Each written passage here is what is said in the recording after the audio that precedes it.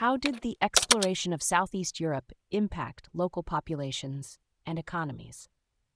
If you're curious about how the exploration of Southeast Europe affected the people and economies of the region, let's take a step back in time to understand the impact. Southeast Europe, during the Age of Discovery, was not the primary focus of European explorers.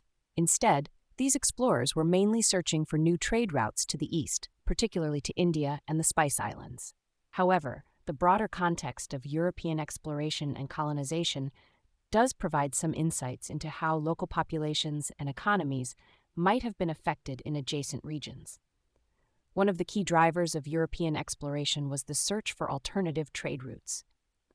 With the Ottoman Empire controlling the traditional overland trade routes to the east, European nations like Portugal, Spain, and later France and England sought to find new paths to lucrative markets.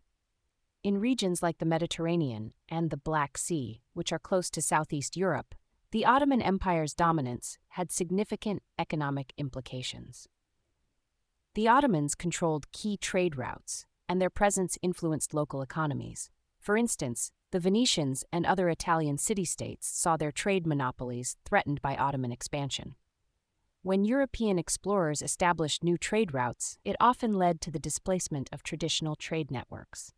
For example, the Portuguese discovery of a sea route to India bypassed the Ottoman-controlled land routes, affecting the economies of regions that relied on these traditional trade paths.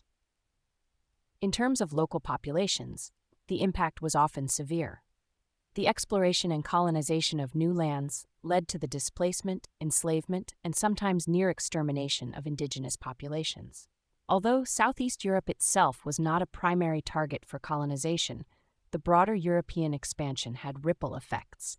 For instance, the Portuguese involvement in the African slave trade, which was linked to their exploration efforts, had devastating consequences for African populations and indirectly affected the economies of regions involved in this trade.